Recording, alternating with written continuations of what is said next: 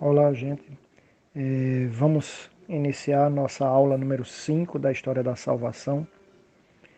E antes de iniciarmos a aula, vamos pedir a Nosso Senhor e a Nossa Senhora que nos ajude para que a gente tenha uma boa aula e que, através dessas palavras que eu vou ler aqui, que Nosso Senhor vá clareando a nossa mente de forma que a gente consiga entender o processo histórico que se deu, o processo da história da salvação até chegar nos nossos dias, né? Nos dias do nosso Senhor Jesus Cristo e nos nossos dias.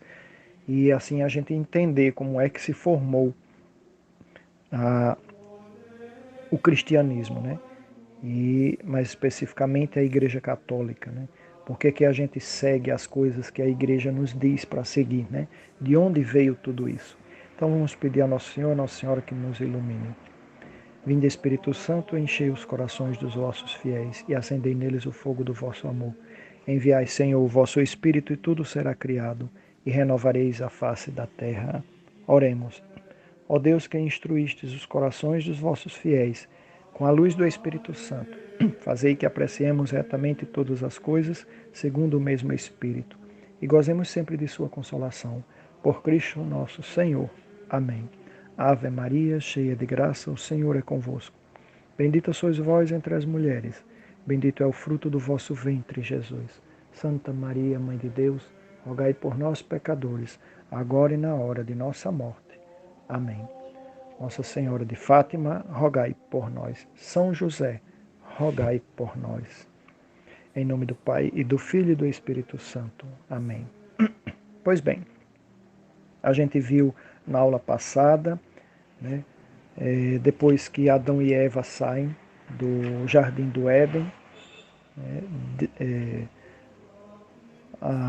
os homens, né, os descendentes de Caim, Caim é castigado, né, depois que mata Abel, e os filhos de Caim vão disseminando o mal no mundo, né?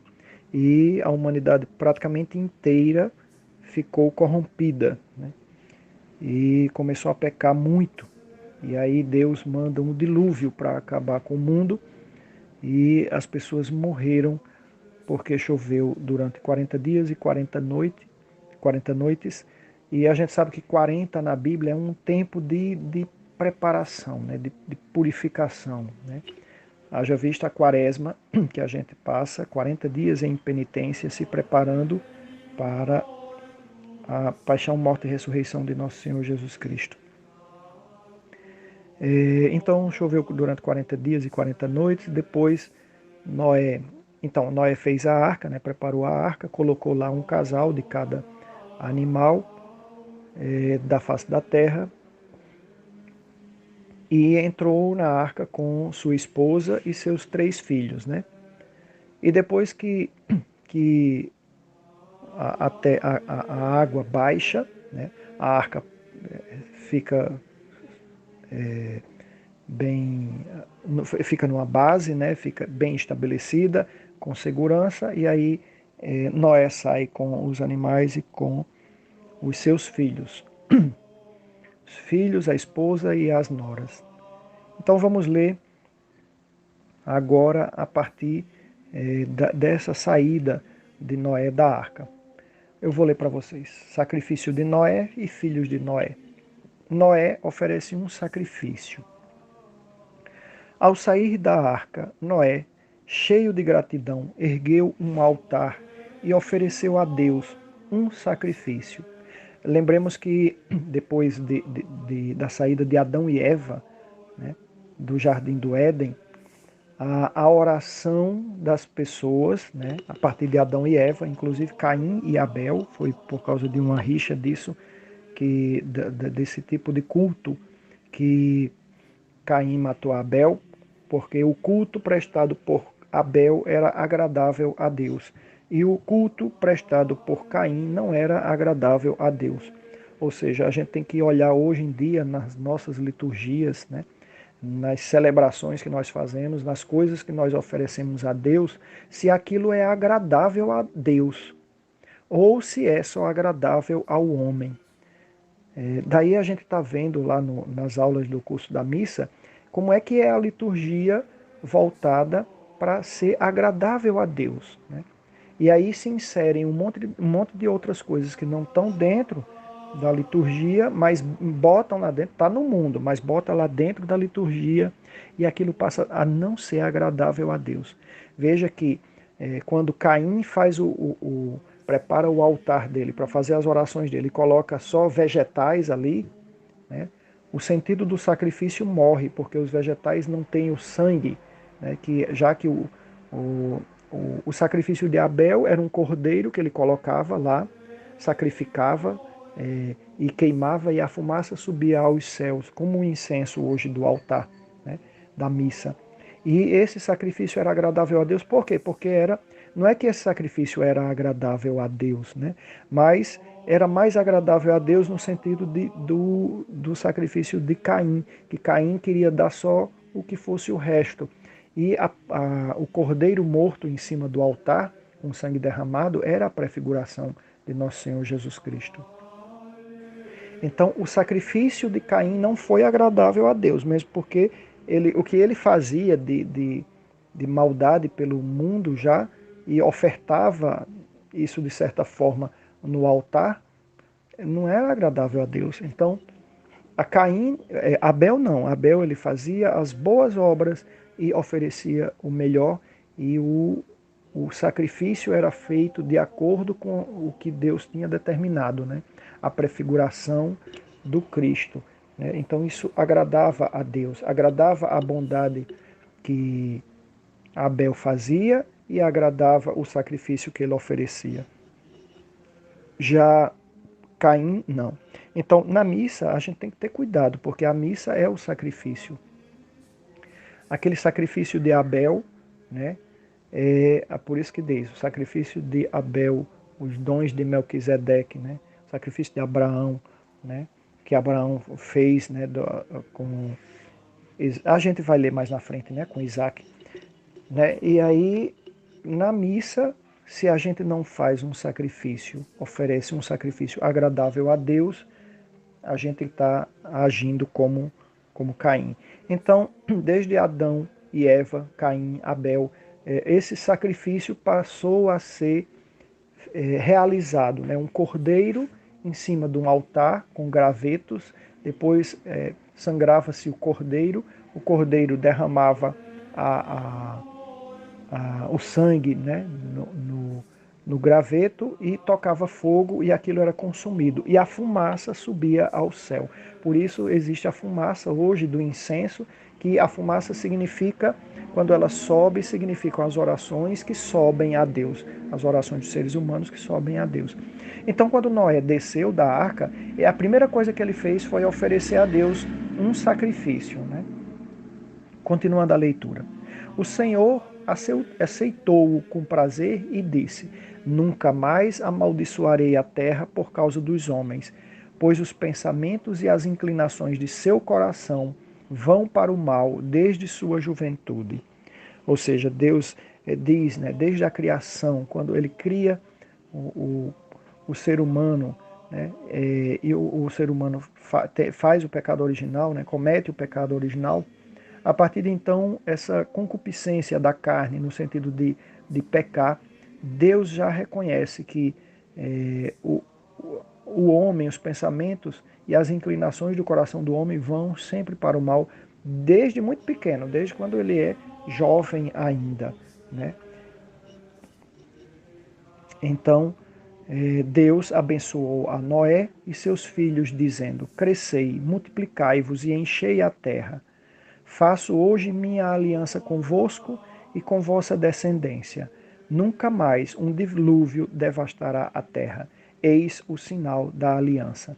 Quando eu tiver coberto o céu de nuvens, aparecerá meu arco, e vendo-o, lembrar-me-ei da aliança que mantenho convosco. Então Deus coloca no céu um arco que a gente chama hoje de arco-íris. Né? Um arco é uma aliança. Percebam que ele vai fazendo uma curva, né? E se a gente continuasse aquela curva, ele iria ao redor, né? se a gente pudesse vê-lo como um todo, né, ele vai de um lado a outro. Mas se ele continuasse o caminho, né, ele iria terminar numa circunferência, que é como se fosse um anel, uma aliança. Por isso, os noivos, né, os casados, eles usam uma aliança circular, né, não tem início nem fim, né, para demonstrar um compromisso, né. Então o arco, se a gente desse seguimento ao arco, ele ia findar terminando como um anel, né, ou uma aliança. É a aliança que Deus faz com Noé e com todos os seres humanos, dizendo que nunca mais ele vai exterminar a terra com um dilúvio, ele não irá amaldiçoar a terra por causa das maldades dos homens. Né? E ele é multicolorido. Vejam que hoje em dia é, tem a questão LGBT, né? E eles utilizam a bandeira LGBT, LGBTI, sei lá o que, como é que vem mais. Eles usam a bandeira na cor do arco-íris para simbolizar que meio que deformar a questão da aliança. Ela não é uma bandeira curva, ela é uma bandeira horizontal, então as cores estão lá na horizontal, nas listas, mas lembrem que faz referência ao arco-íris, de forma que eles querem dessignificar a questão da arca quando entra um casal de cada animal, né? E os seres humanos também entram de casais, homem e mulher, para procriar e que a terra se multiplique. O próprio Deus pede depois a Noé, seus filhos, né? Crescei e multiplicai-vos e enchei a terra, do mesmo jeito que ele pediu a Adão e Eva. Então, um casal, o homem e a mulher juntos, multiplicando-se, enchendo a terra. Né? Encher a terra significa povoar o céu. Depois que as pessoas morrem, eles iriam, se não tivesse pecado, já direto para o céu. E aí a referência ao arco-íris da bandeira LGBT é para dizer que exatamente aquela aliança, né, agora ela muda, segundo querem, né, que os casais de animais, né, homem, macho e fêmea, isso não é para desmistificar isso, né, dessignificar isso. Bom, vou ler aqui para vocês, continuando. Os filhos de Noé. Noé, que era lavrador, começou a cultivar a terra. Plantou uma vinha e, espremendo os frutos, bebeu o suco. Não conhecendo ainda a força do vinho, embriagou-se e adormeceu. Enquanto dormia em sua tenda, sucedeu ficar descomposto. Cã, pai de Canaã, correu a comunicar o fato a seus 2 irmãos. Sem e Jafé, porém, tomaram um manto e, andando de costas, cobriram o pai, sem olharem para ele. Quando Noé, ao despertar, soube da ação de seus filhos, disse: Maldito seja Cã, ele será escravo dos escravos de seus irmãos. Bendito seja o Senhor Deus de Sem. Dilate a descendência de Jafé e a faça morar nas tendas de Sem. Noé viveu ainda 350 anos depois do dilúvio e morreu na idade de 950 anos. Bom, aqui um fato curioso, né? 2 fatos curiosos, né, que tem na Bíblia. Isso que eu falo aqui, isso que eu faço a leitura, né, do livro que vocês já conhecem, é um resumo, um resumão da Bíblia, né? Mas no sentido histórico, né? Não das questões mais teológicas, mas no sentido histórico, né? É como se fosse por isso eu uso nessa aula a contação de história, porque aqui é contando a história, né, da salvação, mas no sentido histórico, não teológico. Mas aqui tem um fato curioso, né, que coloca-se que quem descobriu o vinho, quem inventou o vinho foi Noé.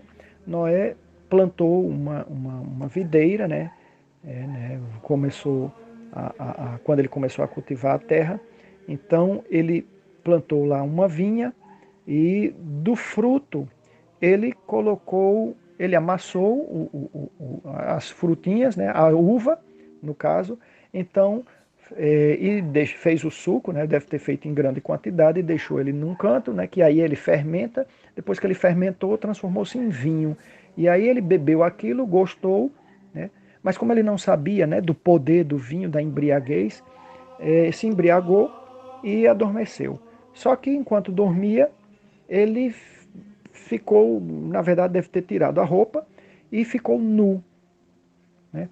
E aí o Cã, que era filho dele, né, viu o pai nu e avisou aos outros irmãos. E os outros dois irmãos, para poder cobrir o pai, sem olhar a sua nudez, foram de costas e cobriram o pai, né? E aí quando Noé soube disso, um filho não poderia ver a nudez do pai. Por quê? Porque o corpo da pessoa é sagrado. É esse entendimento aqui que tinha no início do mundo, depois, agora então, ninguém quer nem saber, né? Tem praia de nudismo, anda nu mesmo. Né? Vou explicar isso no outro áudio. Então, o corpo da pessoa é sagrado, porque ele pertence a Deus, né? Meu corpo, minhas regras, nada disso. O corpo é de Deus. Deus quem nos deu, né? Fez o nosso corpo e a nossa alma. É como se tivéssemos com isso emprestado para nós, com o corpo emprestado para nós, né? Mas o corpo é de Deus, né? É nosso de certa forma, é uma certa forma de dizer. Mas o que é de Deus tem que ficar coberto. Por isso a gente não pode andar com o corpo descoberto. E aí tem gente que vai com o corpo descoberto até para a missa. Né? Antigamente as mulheres usavam um véu para poder entrar na igreja, para poder rezar, botava o véu, né, para cobrir, né, se cobrir. A mulher representa a igreja se reveste do véu, né, fica velada, né, para poder ser apresentada ao noivo, o cordeiro. Né. E o corpo do ser humano é uma coisa sagrada, mas hoje em dia a gente usa qualquer desculpa para ficar com o corpo descoberto. Né. A gente vê adultos andando de shortinho, como se fosse criança, né? As crianças mesmo naquela época, não só naquela época, mas cento e poucos anos atrás, 200 anos atrás, andavam todos cobertos, né? Não ficava, a criança não ficava descoberta, ficava bem vestida, né? E não importava se o lugar fazia muito calor ou muito frio, né?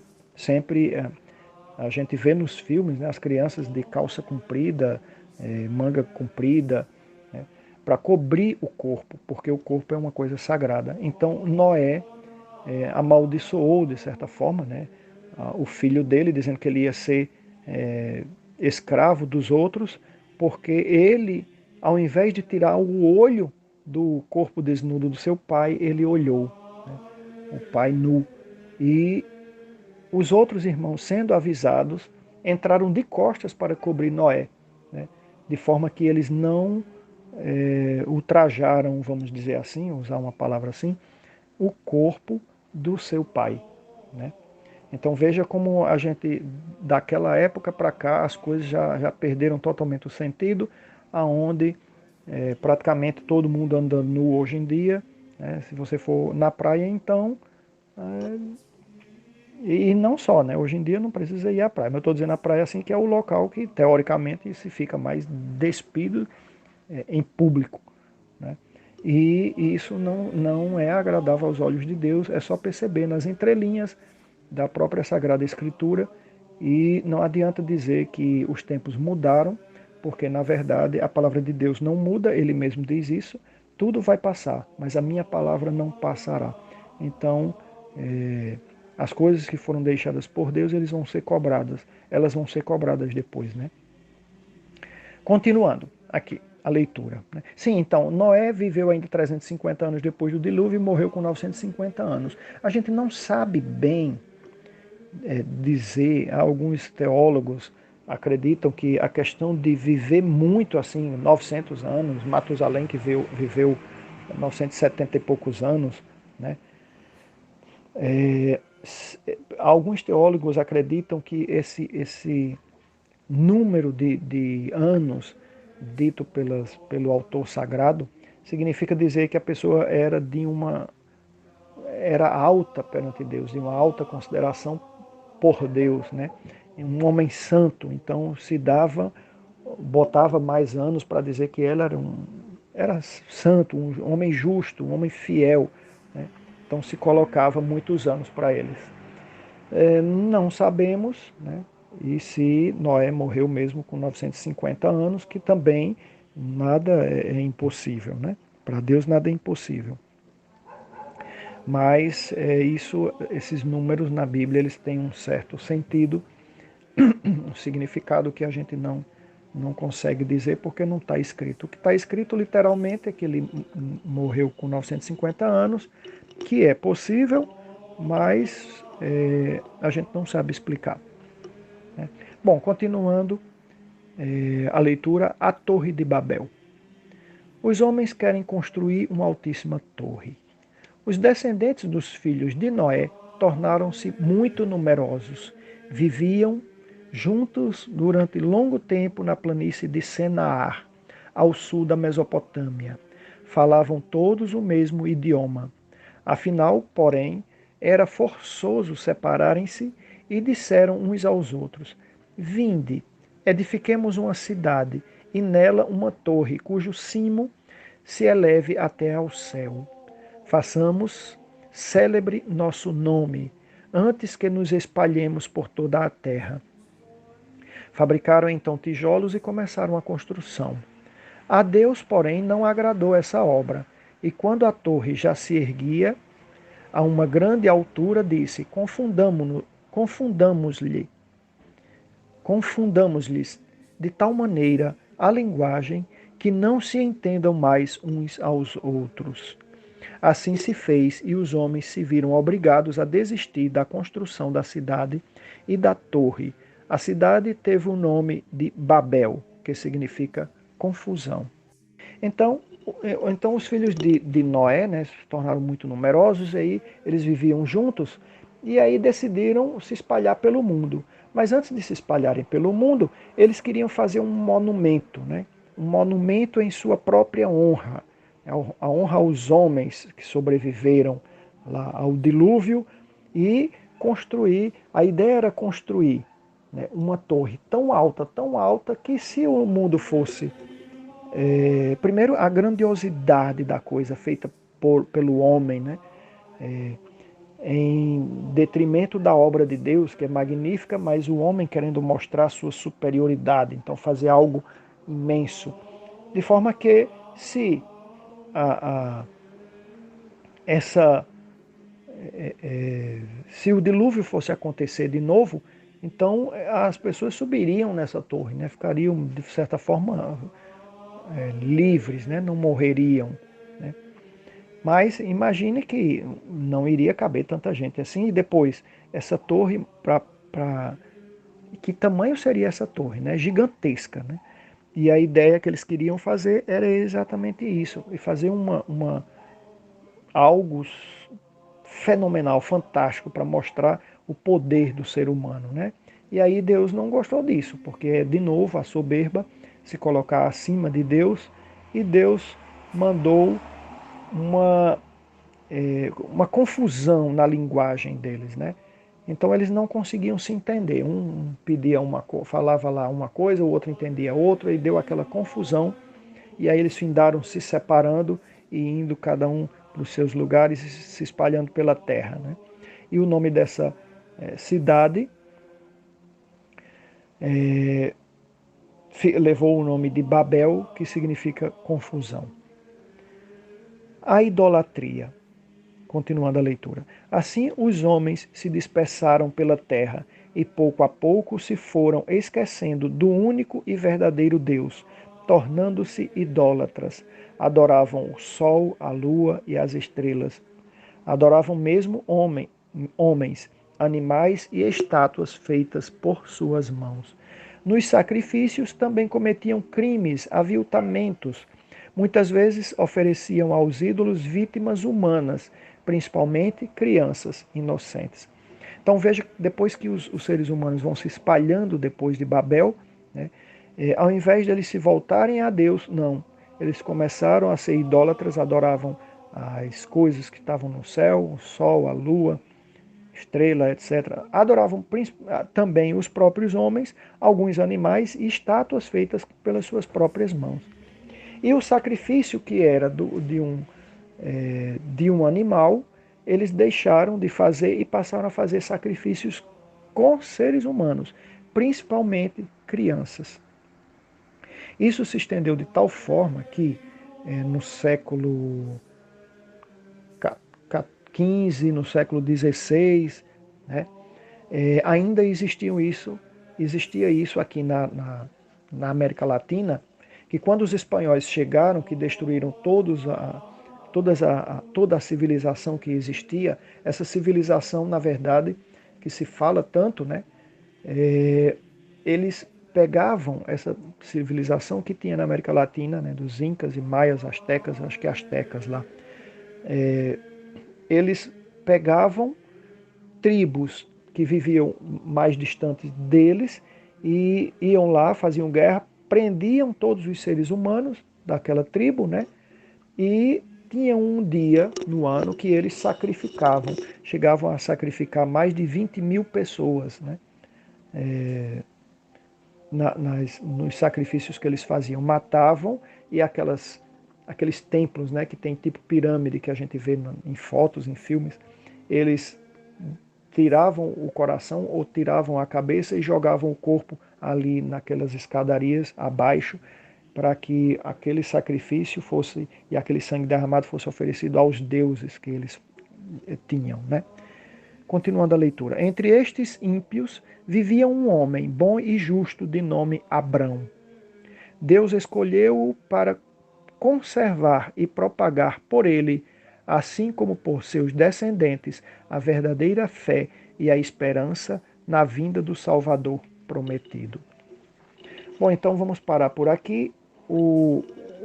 Eu já citei o nome de Abrão, que dentro destes homens ímpios, né, deste monte de gente idólatra, vivia um homem chamado Abrão, que Deus chamou Abrão e para que ele e sua descendência propagasse o bem, o nome de Deus e a partir de então formar um povo e desse povo vi Jesus Cristo, né? O Cristo da promessa. Então isso aqui é só um gostinho para a aula número 6 que nós faremos na próxima semana. O nosso auxílio está no nome do Senhor, que fez o céu e a terra.